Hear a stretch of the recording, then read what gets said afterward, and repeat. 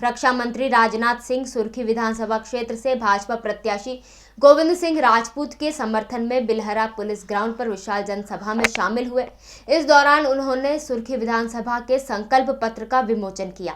जनसभा को संबोधित करते हुए रक्षा मंत्री ने कहा कि भाजपा के लिए जनता ही जनार्दन है और कांग्रेस परिवार को ही जनार्दन मानती है। कांग्रेस की आदत है कपड़े फाड़ने की, अगर वह सत्ता में आई तो जनता के कपड़े भी फाड़ेगी। सभा को संबोधित करते हुए सुर्खी के भाजपा प्रत्याशी गोविंद सिंह राजपूत ने कहा कि यह दीपावली उन कांग्रेसियों के लिए होगी जो कहते थे कि भाजपा राम मंदिर बनाएगी लेकिन तारीख नहीं बताएगी। भाई मैं शेर नहीं हूं,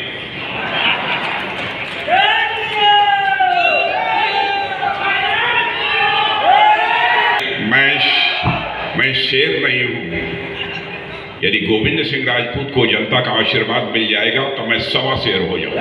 मध्य प्रदेश की अधिकांश विधानसभा क्षेत्र में सार्वजनिक सभाओं को मैं संबोधित कर चुका हूं, लेकिन इस विधानसभा क्षेत्र में मैं पहली बार आया।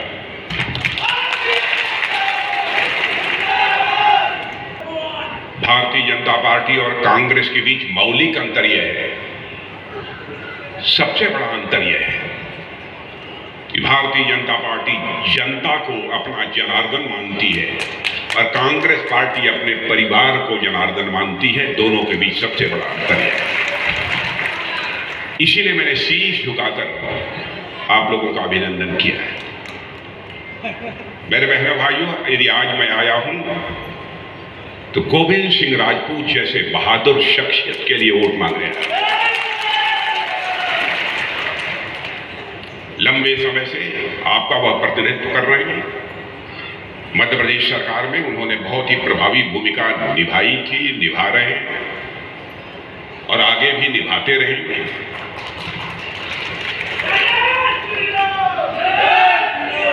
उनके बारे में मुझसे अच्छी तरह आप जानते हैं, लेकिन इतनी बात पक्की है, किसी को शिकवा शिकायत हो सकती है। मैं जानता हूं एक परिवार में शिकवा शिकायत हो जाती है किसी को लेकर, तो इतने बड़े समाज में, इतने बड़े क्षेत्र में कुछ लोगों को हो सकती है।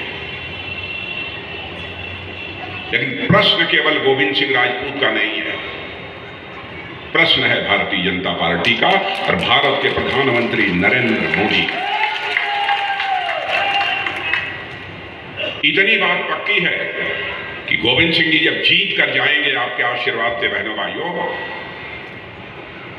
यानी मुख्यमंत्री बनाने के लिए अपना समर्थन देना होगा तो जो भारतीय जनता पार्टी का प्रत्याशी होगा उसी को गोविंद सिंह राजपूत का समर्थन प्राप्त होगा। इसलिए मैं वोट मांगने आया हूं। भारतीय जनता पार्टी की एक और विशेषता मैं आपको बताना चाह रहा हूं, हम जो कहते हैं वो हम करते हैं। हो सकता है हमारे यहां कोई व्यक्ति ऐसा हो, कोई नेता ये हो, कहता कुछ हो, करता कुछ हो, लेकिन पार्टी के बारे में भारत नहीं, दुनिया का कोई मां का लाल उंगली उठाकर नहीं कह सकता कि भाजपा ने यह कहा और किया नहीं। के कारण ही भारत की राजनीति और भारत के नेताओं पर से जनता का विश्वास धीरे धीरे समाप्त होता चला गया। लेकिन भारत में राजनीति को लेकर जो विश्वास का संकट पैदा हुआ, सबसे पहले याद भारत में राजनीति में पैदा हुए इस विश्वास के संकट को चुनौती के रूप में किसी ने स्वीकार किया तो भारतीय जनता पार्टी ने स्वीकार किया। आप ये कहेंगे कि आपने क्या कहा, क्या कर दिया, क्या कमाल कर दिया। याद दिलाना चाहता हूं, हम प्रारंभ से कहते चले आ रहे हैं कि जिस दिन भारत के संसद के दोनों सदनों में हमको बहुमत मिल जाएगा, हम चुटकी बजाकर धारा 370 जिसके तहत जम्मू कश्मीर को विशेष दर्जा प्राप्त है, हम उसे समाप्त करेंगे और जम्मू कश्मीर का भी वही दर्जा होगा जो हिंदुस्तान के अन्य राज्यों का है। बहुमत प्राप्त होते ही धारा 370 को हम लोगों ने समाप्त किया।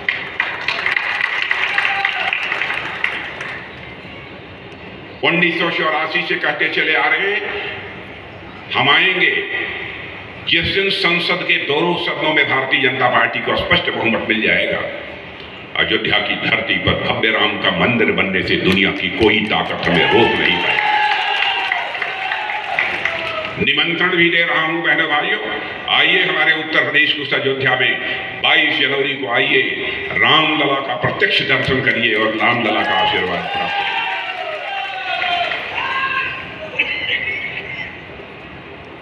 कांग्रेस की सरकारों को भी काम करते हुए आपने देखा है, भाजपा की सरकारों को भी काम करते देखा है।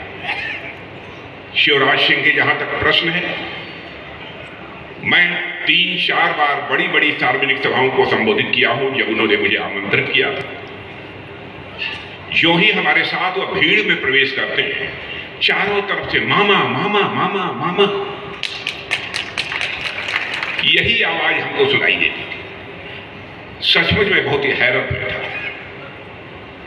आज जिस सागर की धरती में मैं यहां पर मौजूद हूं, वह बुंदेली परंपरा का प्रतिनिधित्व करती है। मैंने उत्तर प्रदेश के पूर्व मुख्यमंत्री का नाम इसलिए लिया कि आज पूरे भारत में जो हम लोग खुशी से फूले नहीं समा रहे हैं, 100 साल पुराना सपना पूरा किया, राम मंदिर के निर्माण का। उस राम मंदिर के साक्षी, उस राम मंदिर के उस समय के जब कांग्रेस के नेता बोलते थे और बोलते थे, भाजपा के नेता बोलते थे, रामलला हम आएंगे, मंदिर वहीं बनाएंगे, और कांग्रेस के लोग बोलते थे तारीख नहीं बताएंगे। जब दिवाली होगी, एक दिवाली होना है 17 तारीख को, एक दिवाली होना है 3 तारीख को, जब रिजल्ट आएगा मध्य प्रदेश का सुर्खी का, और एक बड़ी दिवाली होना है 22 जनवरी को, जब भगवान रामलला मंदिर में विराजेंगे। आज चुनाव है और मैं आपको बताना चाहता हूं, रात हो या दिन, 24 घंटे मैं आपकी सेवा में रहता हूं।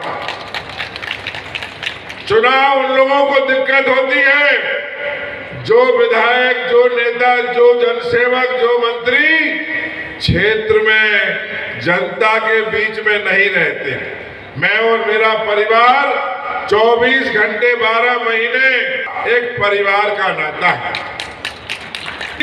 बिलेरा में, बिलेरा का बस स्टैंड, बिलेरा का दुकान माल, बिलेरा का स्टेडियम शुरू होने वाला है, बिलेरा का 2 करोड़ रुपए का शादी घर शुरू होने वाला है।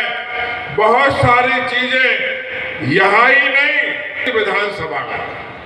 लेकिन मुझे ताज्जुब हुआ, कमलनाथ जी जैसी नगर आए थे, भीड़ भाड़ तो थी नहीं, पंडाल पूरा खाली था। कैमरे ने एक बार भी जनता पे नहीं घुमाया, उनके मंच पर ही कैमरा लगा रहा और मैं सुन रहा था। उन्होंने विकास की बात सुर्खी में नहीं करी, क्योंकि किसी ने कहा कि गोविंद ने यहां काम तो काफी किया है।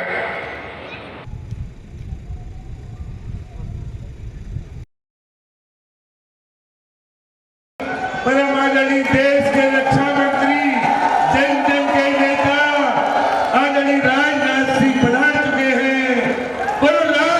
ग्रामीण भारत टीवी के लिए सागर से बीपी पटेल की रिपोर्ट। खबरों में बने रहने के लिए ग्रामीण भारत टीवी को सब्सक्राइब कीजिए और बेल आइकॉन दबाना ना भूलें।